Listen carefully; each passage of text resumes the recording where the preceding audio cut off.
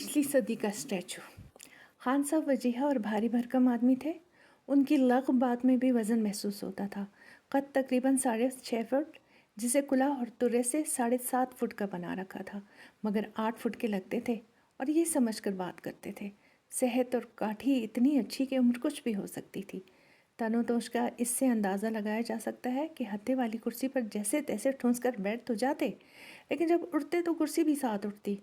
सुनहरी मूछें और हल्की ब्राउन आंखें, बाएं रुखसार पर ज़म का हिलाली निशान, जो अगर ना होता तो चेहरा अधूरा दिखाई देता। अंगुश्त शहादत दूसरी पूर से कटी हुई, किसी नाबकार को ख़बरदार करना हो या आसमान के किसी क़ज़िये में अपना गवाह बनाना मकसूद, जिसकी ज़रूरत दिन में कई बार पड़ती थी। तो ये नीम अंगुश्त से इंतबाह उठाकर खिताब करते। उनकी कटी उंगली भी हमारी साबित उंगली से बड़ी थी। पास और दूर की नज़र खासी कमज़ोर थी, लेकिन ऐनक लगाने से हतुल इम्कान एहतराज करते। सिर्फ चेक पर दस्तखत करने और गाली देखने के बाद मातूब के चेहरे पर उसके तासरात देखने के लिए पास की ऐनक लगा लेते और उतारने से पहले जल्दी जल्दी इसी से दूर की चीज़ें देखने की कोशिश करते।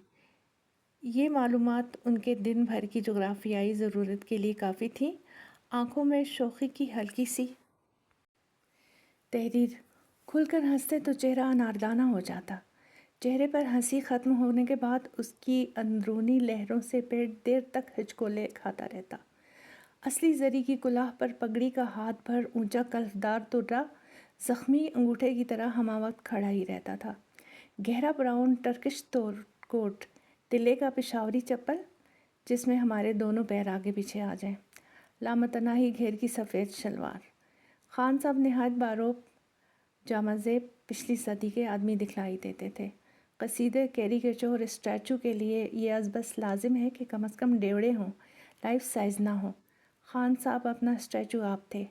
बास्केट की जेब में जो तिलाई घड़ी रखते थे, उसकी जंजीर 2 फुट लंबी ज़रूर होगी, इसलिए कि बास्केट की एक जेब से दूसरी जेब का फासला इतना ही था। जितनी देर में खान साहब की शलवार में कमरबंद डलता, इतनी देर में आदमी हैदराबाद होकर आ सकता था। आसाब इस कदर मजबूत थे कि ये कहना गलत ना होगा कि थे ही नहीं। मामूली तकलीफ़ और नाराहती का उनको एहसास ही नहीं होता था। एक दफ़ा धोबी ने इनकी मैली शलवार के नेफे में से पेंसिल के टुकड़े बरामद किए। पुरखोर थे, दौरान दाम कलाम से परहेज़ करते और पानी नहीं पीते थे कि खामखा जगह घेरता है। दाल को हिंदुआना बिदत और सब्ज़ी खाने को मवेशियों की सरी हक तलफी समझते थे। कढ़ाई गोश्त का मतलब सिर्फ यही नहीं होता कि वो कढ़ाई गोश्त खाएंगे, बल्कि कढ़ाई भर कर खाएंगे। खैरियत गुज़री कि उस ज़माने में बाल्टी गोश्त का रिवाज नहीं था, वरना वो यकीनन बाल्टी को कढ़ाई पर तरजीह देते। तीतर, बटेर की हड्डियों, अंगूर, माल्टे और तरबूज के बीज थूकने को ज़नानी नज़ाकतों में शुमार करते थे। अपने तनोतोष और हैत ग़ज़ाई, जिसे हैबत ग़ज़ाई कहना बेहतर होगा, से खुद आजिज़ थे। घूमने फिरने और चहलकदमी के शौकीन, मगर इस शर्त पर कि हर 40 कदम के बाद सस्ताने और कुछ पेट में डालने के लिए तवक़्क़ुफ़ फरमाएंगे ताकि ताज़ा दम होकर आगे बढ़ें, यानी अगले 40 कदम। माना कि खान साहब में इतनी फुर्ती और चलत फिरत ना थी कि बढ़कर दुश्मन पर हमला कर सकें, लेकिन हमगामे क़िताल अगर वो इस पर सिर्फ गिर पड़ते तो वो पानी ना मांगता। हाथ पाँव मारे बग़ैर वहीं दम घुट के ढेर हो जाता। कराची उगाही के लिए तशरीफ़ लाते तो कारतूसों की पेटी नहीं बांधते थे, फरमाते थे इसके बग़ैर ही काम चल जाता है। सीने और पेट पर पेटी के निशान से एक डायगनल उरेब लकीर यानी बन गई थी, जो धड़ को 2 मसावी मसलसों में आड़ा तकसीम करती थी। फरमाते थे जहाँ कोहिस्तानी हवाएं और बंदूक की आवाज़ ना आए वहाँ मर्दों को नींद नहीं आती। इनकी कटी हुई अंगुश्त शहादत का किस्सा यह है कि इनका लड़कपन था। लड़कपन में लेमनेड की गोली वाली बोतल को उंगली से खोलने का मुकाबला हो रहा था। खान साहब ने इस गोली पर अंगुश्त शहादत रख कर दूसरे हाथ से पूरी ताकत से मुक्का मारा, जिससे फिलफोर बोतल और हड्डी टूट गई। बोतल की गर्दन उनकी उंगली में मंगनी की अंगूठी की तरह फंस कर रह गई। हथौड़े से तोड़नी पड़ी। उंगली सेप्टिक हो गई। 2 हफ्ते बाद कटवानी पड़ी। क्लोरोफॉर्म सूंघने को मर्दों की शान के ख़िलाफ़ समझते थे, लिहाजा बग़ैर क्लोरोफॉर्म के ऑपरेशन कराया। ऑपरेशन से पहले कहा कि मेरे मुंह पर कस के ढाढ़ा बांध लो।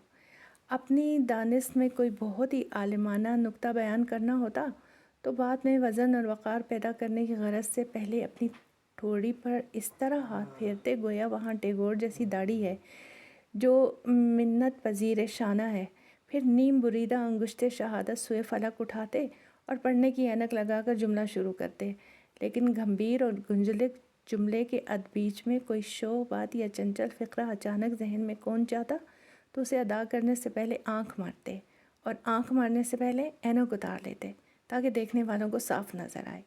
ان کی ہنسی تصویر کھینچنا بہت مشکل ہے، یوں لگتا تھا جیسے وہ بڑے زور سے ایک لمبا قہقہہ لگانا چاہتے ہیں مگر باوجود اسے روکنے کی کوشش کر رہے ہیں۔ نتیجتاً ان کے منہ سے بڑی دیر تک ایسی آوازیں نکلتی رہتی جیسے بیٹری خلاص ہونے کے بعد کار کو بار بار سٹارٹ کرنے سے نکلتی ہیں۔ ہنسنے سے پہلے بالعموم اپنی واسکٹ کے بٹن کھول دیتے تھے، کہتے تھے پردیس میں روز روز کس سے بٹن ٹکواؤں، شادی ایک ہی کی، یک گیر و محکم گیر کے قائل تھے۔ بیوی نے عاجز آ کر کئی بار ان سے کہا کہ دوسری کر لو تاکہ اوروں کو بھی تو چانس ملے۔